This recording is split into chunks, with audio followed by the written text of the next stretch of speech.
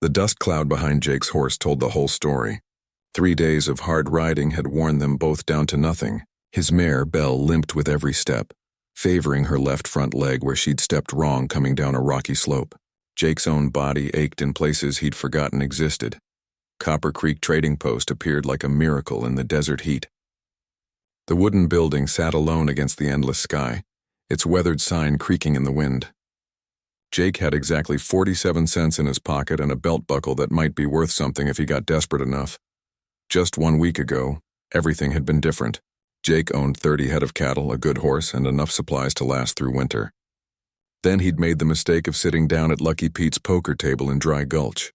Pete had a reputation, but Jake thought he could handle it.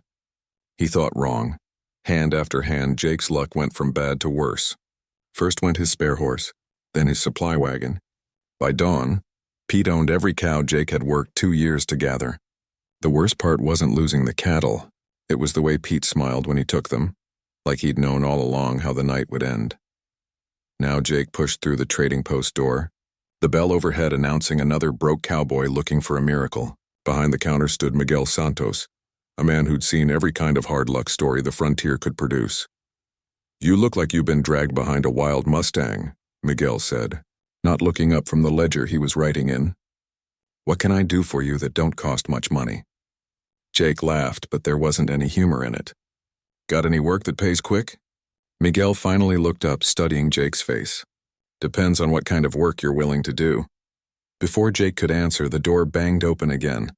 A man in a cavalry uniform stepped inside, his boots heavy on the wooden floor.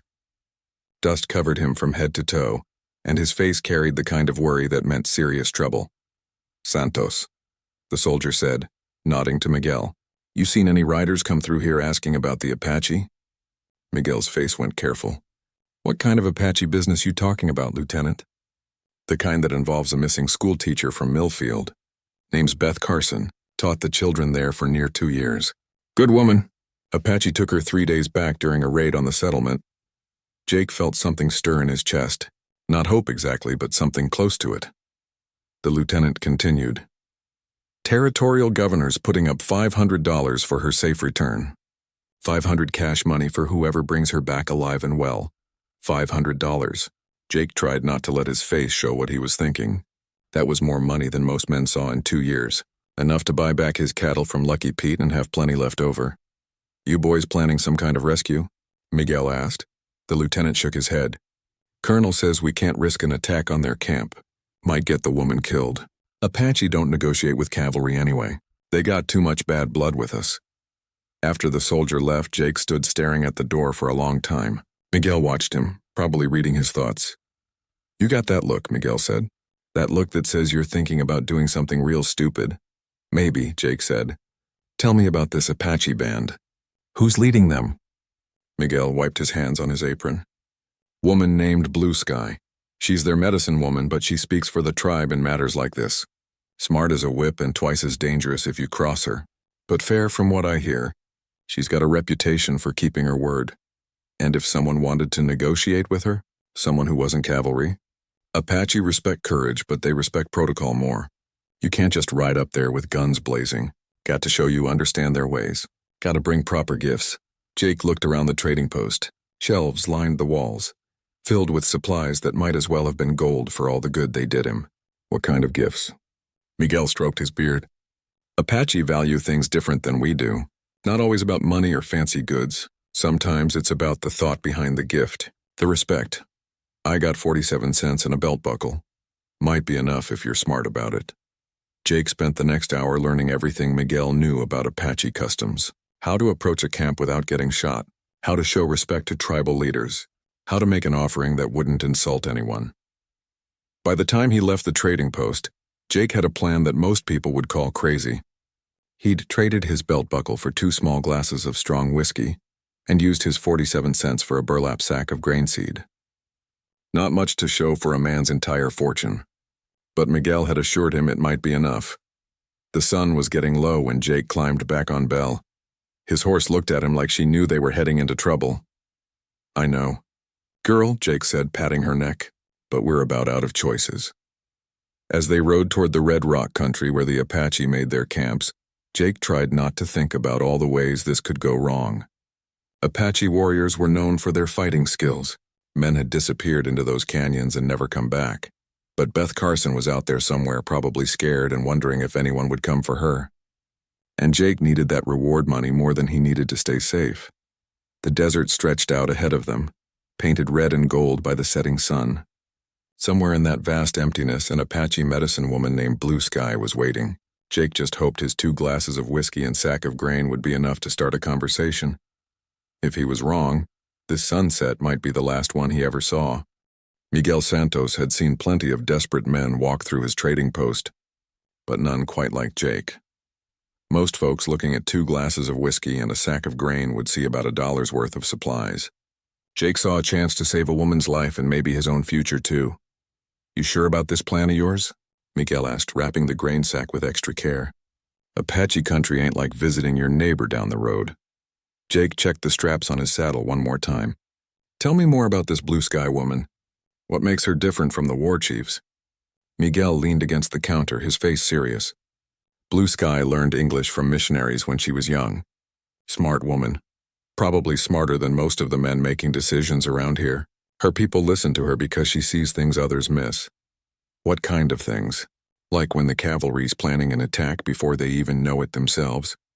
Like which trading posts are honest and which ones cheat the Apache. She's got a way of reading people that makes grown men nervous. Jake tucked the 2 small glasses of whiskey carefully into his saddlebags.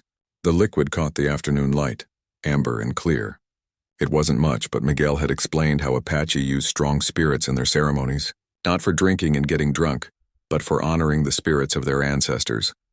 "The grain's just as important," Miguel continued, "maybe more so. Apache respect things that grow, things that feed people.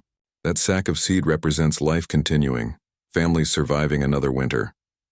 A customer walked in just then, a rancher Jake recognized from the next county over. The man looked at Jake's meager supplies and shook his head. "Planning a picnic out there in Apache territory?" the rancher asked, not trying to hide his amusement.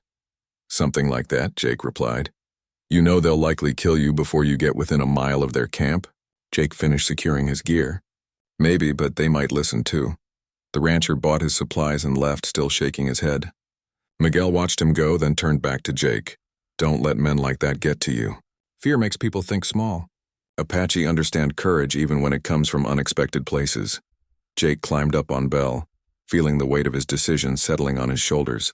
"You really think 2 glasses of whiskey and some grain seed will be enough to start negotiations?" "It ain't about the value of what you're bringing," Miguel said.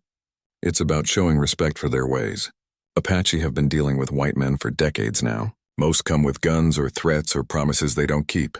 You're coming with proper gifts and empty hands." The afternoon heat was starting to ease as Jake pointed Bell toward the Red Rock Canyons.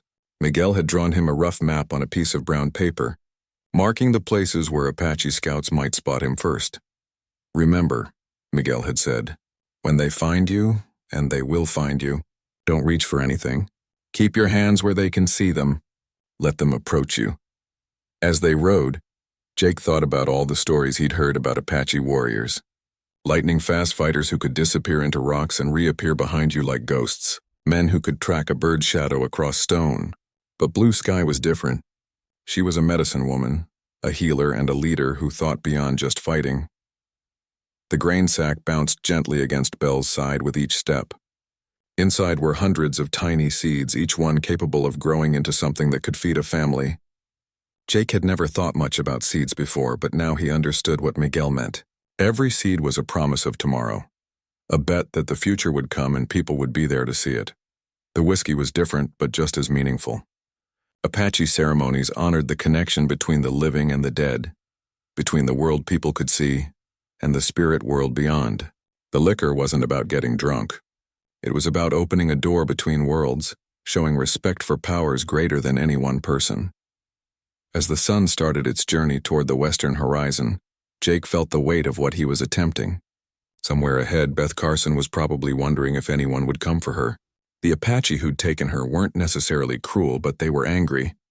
Recent cavalry raids had hit their camps hard, destroying food stores and scattering families. This wasn't really about ransom money, Jake realized. It was about justice, or at least what each side thought justice looked like. The Apache saw cavalry attacks as unprovoked aggression. The cavalry saw Apache raids as criminal acts that had to be stopped. Both sides had good reasons for their anger. Maybe that's where his 2 glasses of whiskey and sack of grain could make a difference. Not because they were valuable, but because they represented something different. Instead of coming with threats or demands, he was coming with respect and recognition that Apache were people with their own ways of seeing the world. Belle's ears pricked forward as they entered a narrow canyon between towering red walls. The shadows were longer here, and Jake felt the temperature drop several degrees. This was Apache country now, land they knew better than any map could show. Somewhere above them, Jake was certain Apache scouts were already watching. They'd seen him coming from miles away, tracked his progress, and probably knew more about his business than he did himself. The question was whether Blue Sky would be curious enough about his unusual gifts to let him live long enough to explain himself. The 2 glasses of whiskey clinked softly in his saddlebags as Belle picked her way across rocky ground, such small things to hang a life on. But Jake had learned that sometimes the smallest gestures carried the biggest meanings. All he could do now was ride forward and hope that Blue Sky would see past the humble nature of his offering to the respect and hope behind it. The red canyon walls rose up on both sides like ancient guardians, their surfaces painted with decades of wind and weather. Jake had been riding for 3 hours since leaving the main trail, following Miguel's hand-drawn map deeper into Apache territory. Every shadow could hide a warrior. Every rock formation could conceal an ambush. Belle's hooves echoed off the canyon walls, the sound bouncing back and forth until it was impossible to tell which direction it came from. Jake kept his hands visible on the reins, away from the rifle strapped to his saddle. He'd already made his most important decision. His guns were unloaded and tied with white cloth to show peaceful intentions. The silence was the hardest part. Not the empty quiet of an abandoned place, but the watchful silence of land where unseen eyes tracked every movement. Jake felt it like an itch between his shoulder blades. The certainty that he was being observed and measured by people who could end his life before he even knew they were there. A rattlesnake sunned itself on a flat rock ahead, its diamond-patterned skin blending perfectly with the stone. Belle snorted and sidestepped around it, her ears swiveling constantly to catch sounds Jake couldn't hear. Animals always knew when predators were near. The canyon branched ahead, splitting into 3 different paths. Miguel's map showed the middle route, but standing here looking at the actual terrain, Jake wasn't sure. All 3 passages looked identical, winding away between towering walls of red stone. That's when he saw the first sign he wasn't alone. A small pile of stones sat beside the middle path, arranged in a pattern that looked natural, unless you knew what to look for. 3 stones stacked on top of each other, with a 4th placed carefully beside them. Miguel had mentioned Apache trail markers, subtle signs that told stories to those who understood them. Jake dismounted and walked Belle toward the stone pile, moving slowly and keeping his hands where anyone watching could see them. As he got closer, he noticed other details. A few bent twigs, marks in the sand that could have been from a horse's hoof, a piece of dried grass placed just so. "Easy, girl," he whispered to Belle as she grew more nervous. Horses could sense human emotions, and right now Jake's heart was beating fast enough to power a steam engine. The shot came from nowhere and everywhere at once. Not aimed at Jake, but close enough to make Belle rear and dance sideways. The sound echoed off the canyon walls like thunder, rolling back and forth until it faded into silence. When Jake looked around, 3 Apache warriors stood where empty space had been just moments before. They seemed to have materialized from the red stone itself. 2 held rifles, their weapons pointed in Jake's general direction but not directly at him. The 3rd, a younger man with intricate beadwork on his shirt, carried a bow with an arrow already nocked. Jake's throat went dry, but he forced himself to remain calm. Miguel's warnings echoed in his mind. Show no fear, make no sudden moves, let them take the lead. The warrior with the bow spoke first, his words in Apache flowing like water over stones. Jake caught maybe 1 word in 10, but the tone was clear enough. A question, delivered with the kind of authority that expected an answer.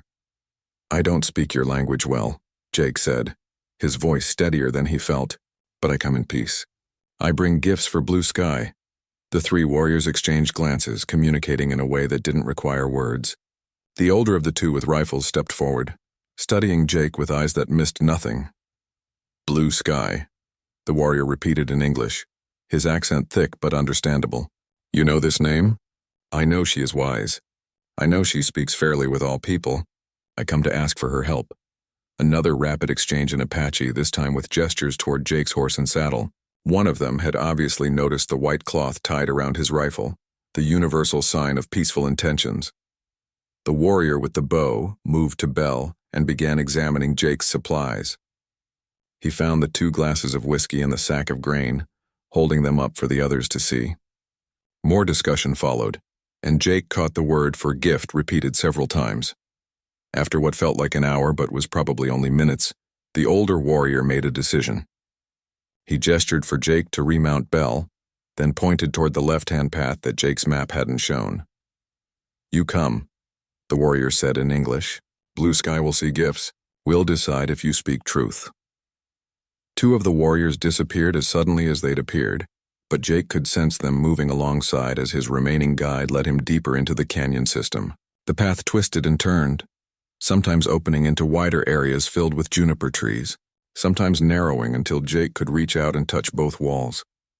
They passed other signs that spoke of permanent habitation, areas where horses had grazed, fire rings hidden in sheltered alcoves, even a small spring that bubbled up from underground. This wasn't just hunting ground. This was home to people who knew every rock and tree, every hiding place and escape route. The guide stopped at the entrance to what looked like a solid wall of stone. But as they got closer, Jake saw the cleverly concealed opening, a gap just wide enough for a horse and rider that was invisible until you were almost on top of it. Beyond the gap, the canyon opened into a hidden valley that took Jake's breath away. Green grass covered the floor, fed by several springs that emerged from the rock walls. Cottonwood trees provided shade, and the whole area was protected by walls so high that the sky appeared as just a narrow strip of blue overhead and scattered throughout. The valley were the temporary shelters of an Apache band, wickiups made of bent poles and brush that blended so well with the landscape that Jake almost missed them at first. Smoke rose from cooking fires and he could see people moving about their daily activities. Children stopped playing to stare at the strange visitor. Women paused in their work, hands ready to reach for weapons if needed. Men emerged from shelters, their faces watchful but not openly hostile. Jake's guide led him to the center of the valley and gestured for him to dismount. A group of elders had gathered, their weathered faces serious as they studied this unexpected guest who'd come bearing 2 glasses of whiskey and a sack of grain, and standing among them, wearing traditional dress but with an unmistakable air of authority, was a woman Jake knew had to be Blue Sky. Her dark eyes met his across the space between them, and Jake felt like she could see straight through to his soul. The real test was just beginning. Blue Sky stepped forward from the circle of elders, and Jake felt the weight of her attention like a physical force. She was shorter than he'd expected, but there was something about her presence that made her seem to fill the entire valley. Her dark hair was streaked with silver, and lines around her eyes spoke of decades spent reading the hearts of men. She wore a traditional dress decorated with intricate beadwork, but what caught Jake's attention were her hands. They moved constantly as she spoke, painting pictures in the air that seemed to give her words extra meaning. When she gestured toward him, Jake felt like she was pointing directly at his intentions. "So," she said in clear English, her voice carrying easily across the space between them, "a white man comes to our hidden place with gifts fit for children. 2 small cups of firewater and seeds that any farmer would throw away." Jake's heart sank. She was dismissing his offering before he'd even had a chance to explain himself, but something in her eyes told him to wait, to listen for what came next. "Tell me, Cowboy," Blue Sky continued, "why do you insult us with such poor gifts? Do you think Apache are beggars who will be grateful for table scraps?" The circle of warriors shifted slightly, hands moving closer to weapons. Jake realized this was the moment that would determine everything. One wrong word, one sign of disrespect, and he'd never leave this valley alive. "No, honored Blue Sky," Jake said, surprising himself with how steady his voice sounded. "I bring these gifts because I am poor in goods but rich in respect for your people." He gestured toward the 2 glasses of whiskey. "This spirit water is not for drinking to forget troubles. It is for ceremonies that honor those who have gone before us." I offer it so your ancestors will know a white man can understand sacred things. Blue Sky's expression didn't change, but she moved closer, studying his face like she was reading a map. And the seeds? She asked. Seeds are promises, Jake said. Each one holds the future of a plant that will feed people through winter. I offer them not because they are valuable now, but because they represent hope for tomorrow. One of the elders spoke rapidly in Apache, and Blue Sky nodded thoughtfully. She turned back to Jake, and this time there was something different in her eyes. Not warmth exactly, but a recognition that he might be worth her time. You speak of respect and hope, she said, but you come here seeking something. The white teacher from Millfield. You want to trade our prisoner for your poor gifts. Jake shook his head. I come to ask for justice, not to trade. I know your people have suffered from cavalry attacks. I know innocent Apache have died. The teacher you hold is also innocent. Maybe we can find a way that brings justice to both our peoples.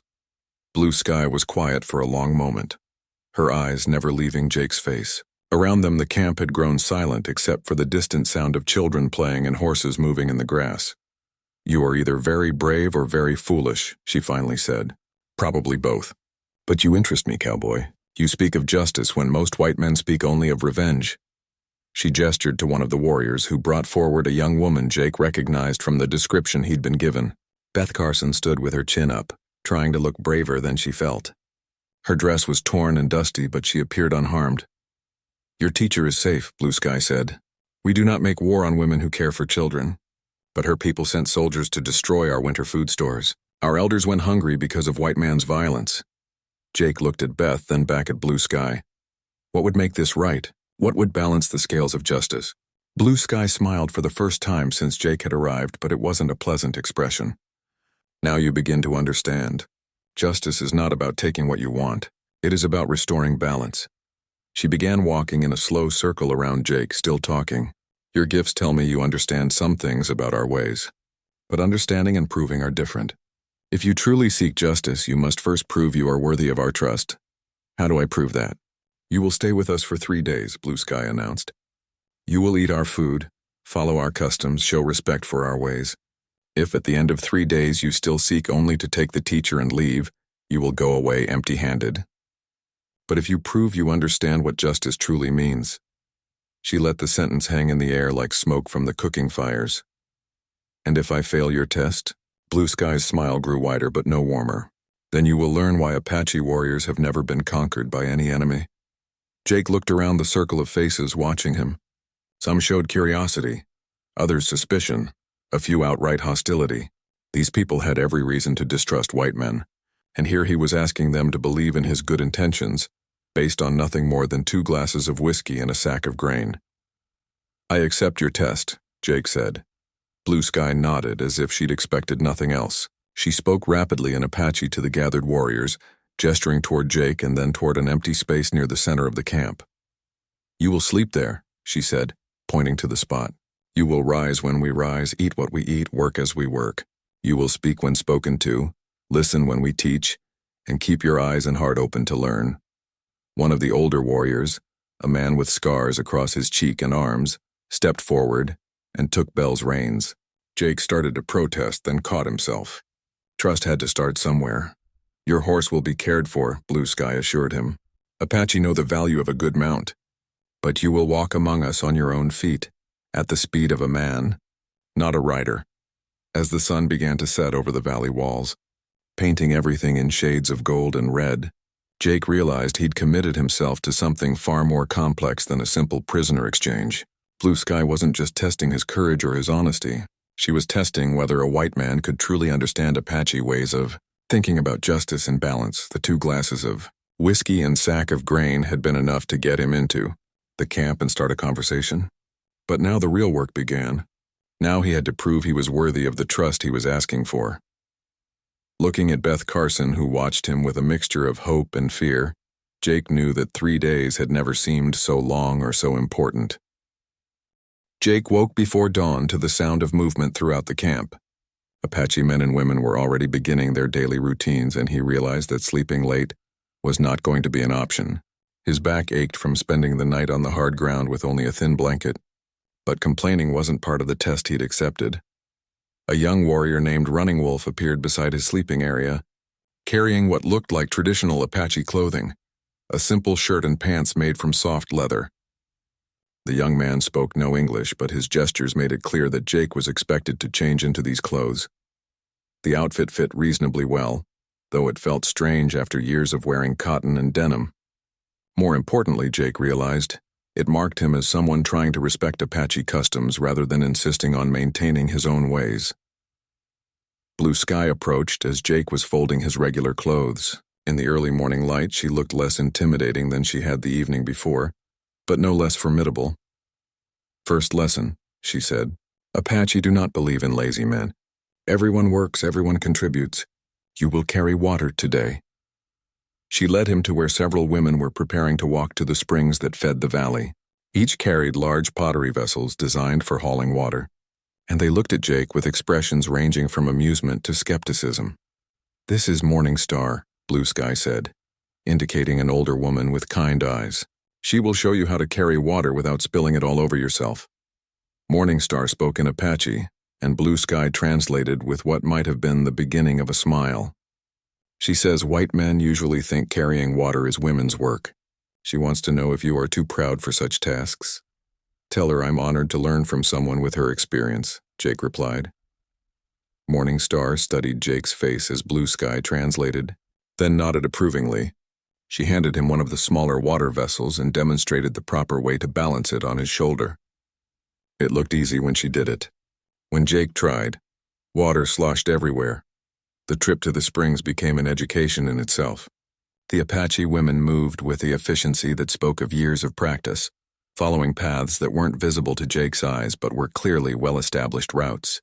They showed him which springs had the sweetest water, which pools were reserved for drinking, and which were used for washing. But it was more than just a water-gathering expedition. As they worked, the women talked among themselves in Apache, occasionally including Jake in the conversation through gestures and broken English. They asked about his family, his horse, why he'd come alone instead of with soldiers. Jake found himself telling them about losing his cattle in the poker game, about being broke and desperate when he heard about Beth Carson's capture. To his surprise, the women seemed to understand desperation. Several of them shared their own stories of loss, children taken by disease, husbands killed in fighting with cavalry, homes destroyed in raids. By the time they returned to camp, Jake's shoulders ached from carrying water, but he'd successfully made the round trip without spilling more than half his load. Morningstar patted his arm approvingly and said something in Apache that made the other women laugh. "She says you learn quickly for a white man," Blue Sky translated. High praise from Morningstar. The afternoon brought different lessons. Jake found himself helping to tend the horses with a group of Apache men, who spoke even less English than the women had. But horses were a universal language, and Jake's skill with Belle had apparently been noticed. The Apache horses were magnificent animals, clearly bred for speed and endurance rather than size. Jake watched in amazement as the men worked with horses that seemed to respond to the slightest gesture or sound. These weren't just working animals. They were partners in a relationship built on mutual respect and understanding. One of the men, an elder named Gray Eagle, took special interest in teaching Jake the Apache way of horse care.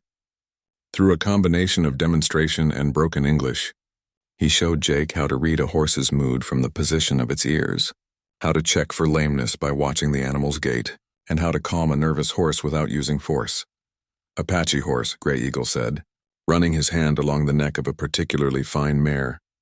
"No rider's heart. If rider afraid, horse afraid.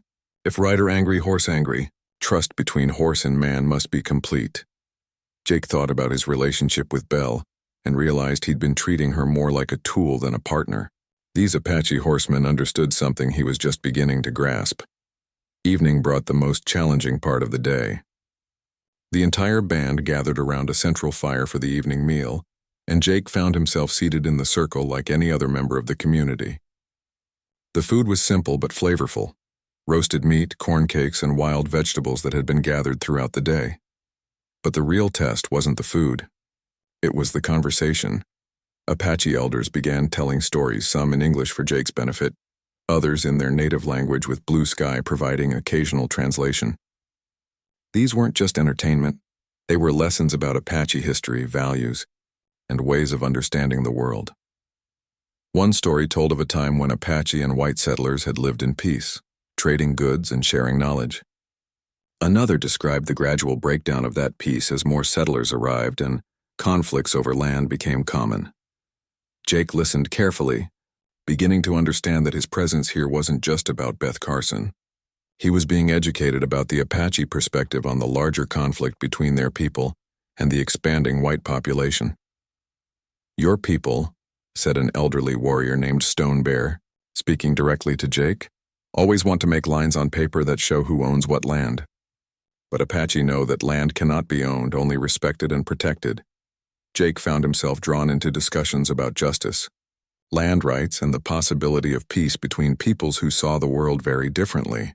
The Apache weren't the savage warriors he'd heard described in frontier towns. They were people with complex ideas about honor, responsibility, and community. As the fire burned low and people began to drift away to their sleeping areas, Blue Sky approached Jake again. 2 days remain, she said. "You have surprised some of our people today. They expected a white man to complain about the work, to demand special treatment because of your pale skin." "I'm here to learn," Jake replied. "Hard to learn anything if you don't listen." Blue Sky nodded thoughtfully. "Tomorrow we'll bring different tests. Are you prepared for whatever we ask of you?" Jake looked across the dying fire to where Beth Carson sat with a group of Apache women. She'd been watching his interactions throughout the day, and he could see hope beginning to replace fear in her eyes. "I'm prepared," Jake said, though he had no idea what the next day would bring. As he settled down for his second night on the hard ground, Jake reflected on how much he'd learned in just one day. The 2 glasses of whiskey and sack of grain had gotten him into this camp. But earning respect was going to require something much more valuable, a willingness to see the world through Apache eyes and to question everything he thought he knew about justice and fairness. On the 3rd morning, Jake woke to find Blue Sky sitting beside his sleeping area, watching him with those penetrating dark eyes. The rest of the camp was still quiet, with only the faintest hint of dawnlight touching the canyon walls above them. "Today we talk truth," she said without any greeting. 2 days you have worked with our people, learned our ways, shown respect for our customs, but we have not yet spoken of why you really came here." Jake sat up, immediately alert. He'd known this moment would come, but he'd hoped to have more time to understand the full situation. "Walk with me," Blue Sky said, rising gracefully to her feet. She led him to a secluded part of the valley where a small spring bubbled up from between the rocks. The sound of moving water provided a natural privacy, masking their conversation from any ears that might be listening from the camp. "You came here believing this was about ransom," Blue Sky began. "You thought your people wanted to buy back their teacher with gold coins, and that Apache had taken her to get rich." Jake started to speak, but she held up a hand for silence. "But you were wrong about everything. We did not take Beth Carson for money.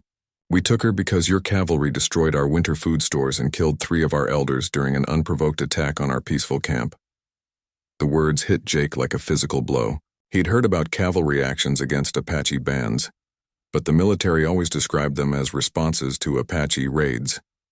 "I don't understand," Jake said. "The cavalry told people in town that you attacked first." Blue Sky's laugh was bitter. "Of course they did. Much easier to kill Apache when white people believe we are savage animals who attack without reason." She sat down on a flat rock beside the spring and gestured for Jake to do the same. 3 weeks ago, our hunters found cavalry tracks near our winter camp.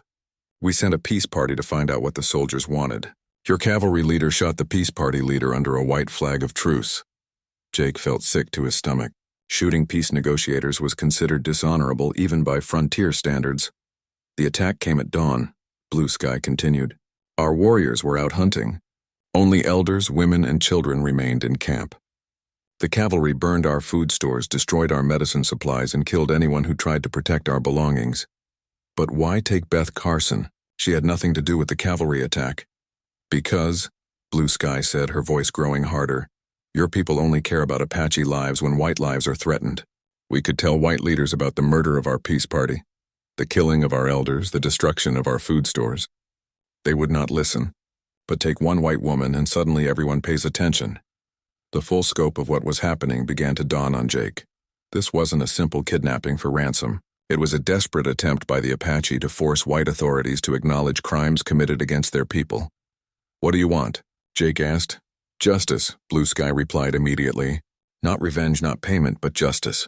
We want the cavalry leader who ordered the attack on our peaceful camp to face consequences for his actions. We want compensation for our destroyed food stores so our people do not starve this winter.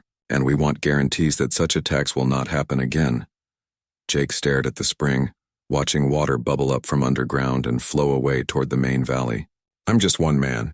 I don't have the authority to make those kinds of agreements. But you could carry our words to people who do have such authority," Blue Sky said. "You could tell them what really happened instead of the lies they have been told." "And if I do that, you'll release Beth Carson?" Blue Sky was quiet for a long time, studying Jake's face. "Your teacher will be released regardless. We are not the monsters your people think we are. But you, Jake Morrison, must decide what kind of man you want to be." Jake looked up sharply. He hadn't told anyone his full name. Blue Sky smiled at his surprise. "We knew who you were before you entered our territory. We know about your gambling debts, your lost cattle, your need for the reward money. The question is whether you will take our teacher back to collect your payment and forget about Apache justice, or whether you will risk your reward to do what is right." The choice she was offering was more complex than anything Jake had imagined. He could take Beth Carson back to Millfield, collect his $500, and buy back his cattle from Lucky Pete. Or he could risk everything to carry Apache grievances to territorial authorities who might not want to hear the truth. "What makes you think anyone will listen to me?" Jake asked. "I'm nobody special. Just a broke cowboy who lost everything in a card game."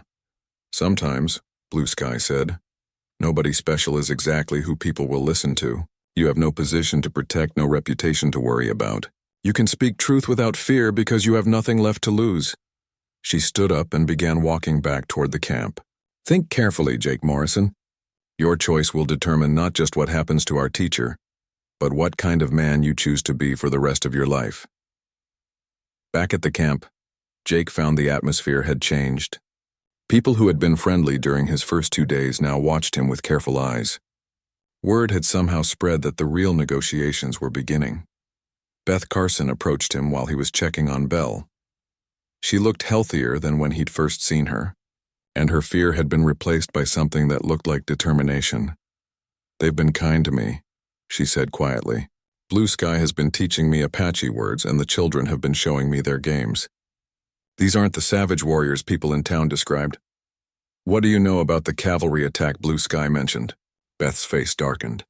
"I heard the soldiers talking when they came through Millfield. They were laughing about burning out some Apache camp, talking about it like it was sport. I didn't understand then that they were talking about attacking peaceful people." Jake felt the weight of his decision settling on his shoulders. The 2 glasses of whiskey and sack of grain had bought him entry to this camp and the chance to learn the truth. But the truth was more complicated and dangerous than he'd ever imagined.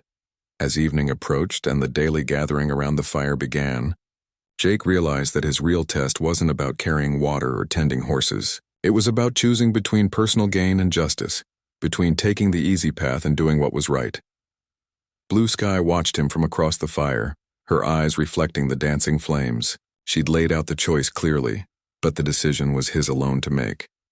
The next morning, Jake would have to choose what kind of man he wanted to be. Jake woke on the 4th morning knowing his time in the Apache camp was over. The decision he'd wrestled with through a sleepless night felt clear now, though it scared him more than facing down armed warriors. Blue Sky found him preparing Belle for travel, carefully checking the horse's shoes and adjusting the saddle.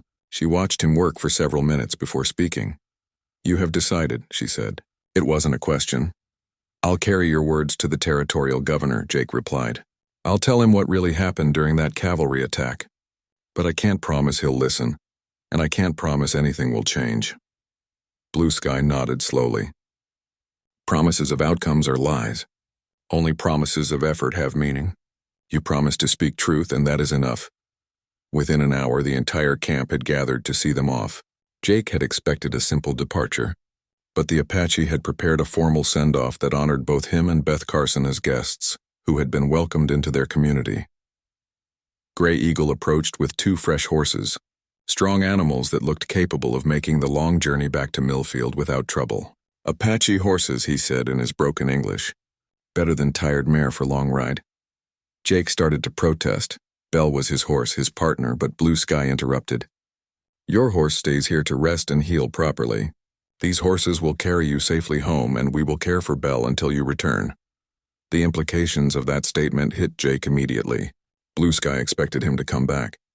She was treating his mission to the territorial authorities as the beginning of ongoing negotiations. Not a one-time favor.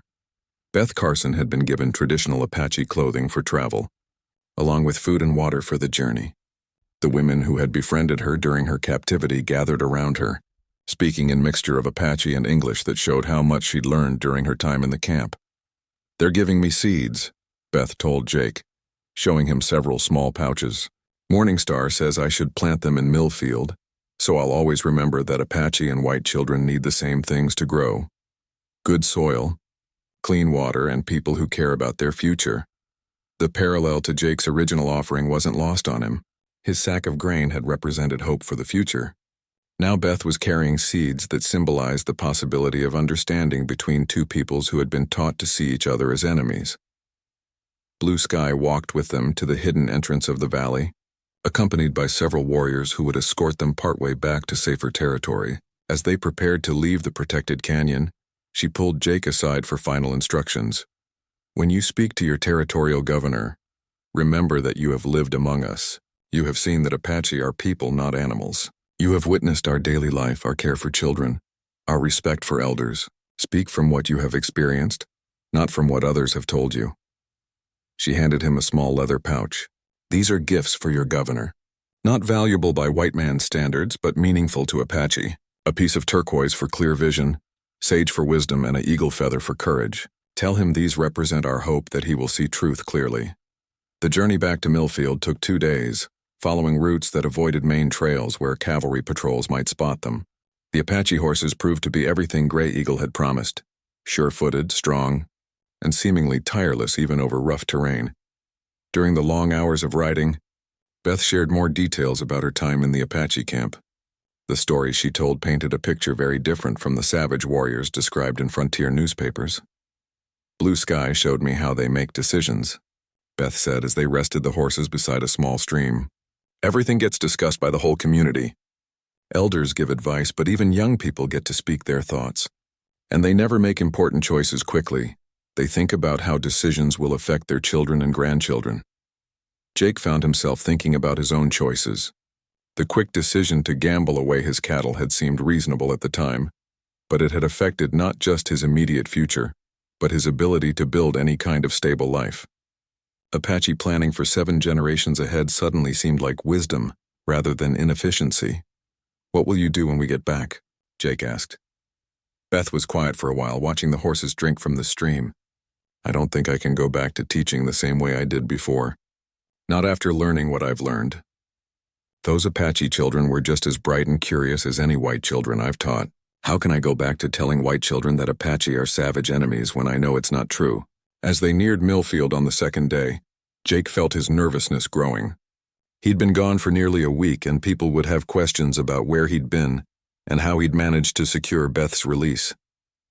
More importantly, he'd have to decide how much truth to tell and to whom.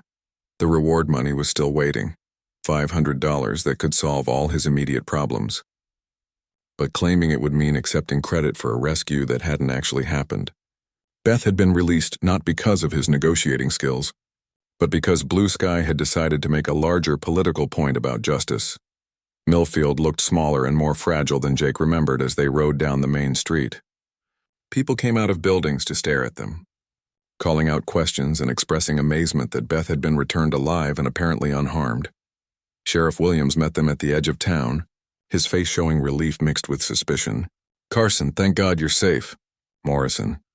People said you'd gone into Apache territory alone. Thought we'd never see you again. Miss Carson was treated well, Jake said carefully. The Apache are not what most people believe them to be. The sheriff's expression hardened. Don't tell me you're going to start making excuses for those savages. They kidnapped a schoolteacher, Morrison. Nothing excuses that. Jake exchanged a glance with Beth, seeing his own thoughts reflected in her eyes. The real work was just beginning. Bringing Beth back safely had been the easy part. Convincing people to question everything they thought they knew about Apache motivations and grievances would be much harder.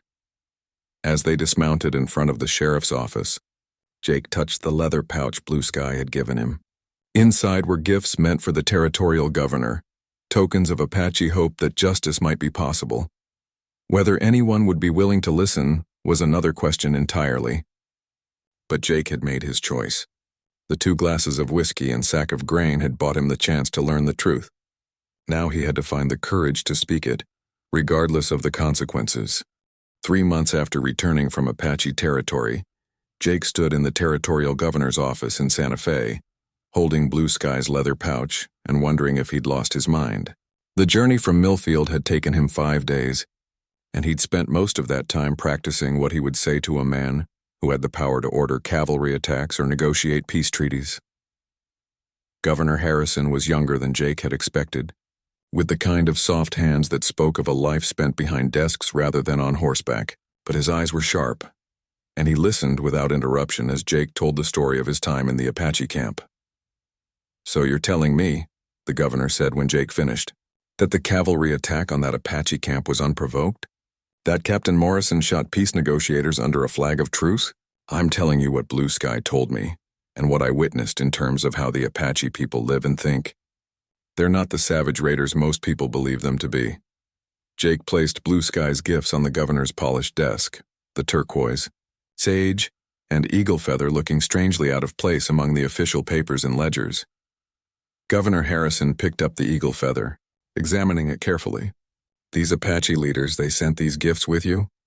Blue Sky said they represent hope for clear vision, wisdom, and courage in dealing with this situation. "And what exactly do they want from me?" Jake had rehearsed this moment many times. "Justice. They want Captain Morrison court-martialed for attacking a peaceful camp. They want compensation for destroyed food stores, and they want guarantees that such attacks won't happen again without proper justification." The governor was quiet for a long time, turning the turquoise over in his fingers. "You realize what you're asking me to do? Question the word of a cavalry officer based on the testimony of Apache who took a white woman hostage? I'm asking you to investigate what really happened. Send someone you trust to interview witnesses, examine the evidence, talk to people who were there." What Jake didn't mention was the growing network of support that had developed around his mission. Beth Carson had proven to be a powerful ally, speaking to church groups and women's organizations about her experiences in the Apache camp. Her first-hand accounts of Apache family life and customs had begun to change minds in Millfield and surrounding communities. More surprisingly, several cavalry soldiers had quietly approached Jake with their own doubts about Captain Morrison's version of events. Not all military men were comfortable with attacking peaceful camps, and some were willing to speak privately about incidents that troubled their consciences. Governor Harrison set down the turquoise and looked directly at Jake. "Why should I trust you, Morrison? You're nobody special, just a cowboy who lost his cattle in a card game. What makes your word worth more than a cavalry captain's?" "Because I have nothing to gain from lying," Jake replied. "I already turned down the reward money for bringing Beth Carson back.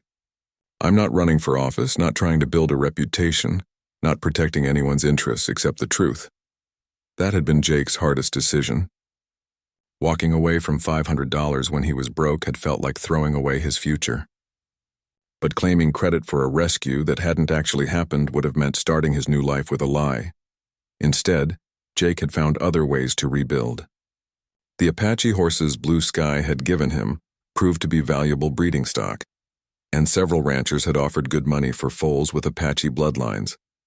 More importantly, his reputation as someone who could negotiate with Apache bands had brought him work as a mediator in other disputes. "I'll tell you what I'll do," Governor Harrison said after another long pause. "I'll send an investigator to look into this Apache situation. Someone neutral, not connected to the cavalry. If evidence supports what you're telling me, I'll consider the Apache requests for justice." It wasn't everything Jake had hoped for, but it was more than he dared to expect. "Blue Sky said to tell you that Apache people understand that justice moves slowly, but they expect it to move forward." 6 months later, Jake rode back into the hidden Apache Valley, carrying news that would change both communities forever.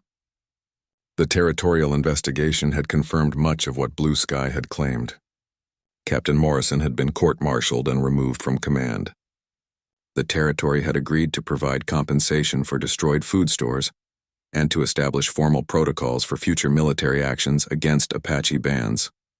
More importantly, a permanent council had been established with representatives from both Apache and white communities, designed to address grievances before they escalated into violence. Blue Sky met him at the valley entrance, her face showing satisfaction but not surprise. "You have kept your promise," she said simply. "The work is just beginning," Jake replied, "but it's a start." Beth Carson had indeed remained in the territory, establishing a school that welcomed both white and Apache children. The seeds Morningstar had given her were growing into a garden behind the schoolhouse, tended by children of both cultures working side by side. As Jake sat around the evening fire in the Apache camp, sharing a meal with people who had become friends rather than strangers, he thought about the chain of events that had brought him here. His gambling losses and desperate circumstances had led him to make an offering of 2 glasses of whiskey and a sack of grain, humble gifts that had opened the door to understanding.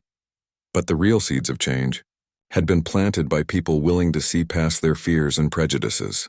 Blue Sky's willingness to test a white man's sincerity, Beth Carson's courage to speak truth about her experiences, Governor Harrison's decision to investigate rather than simply dismiss Apache grievances. Gray Eagle approached with Belle, the mare looking healthier and stronger than she had in years. "Apache horses teach your horse new ways," he said with a grin. "Now she knows how to find water in desert, how to read wind for weather signs."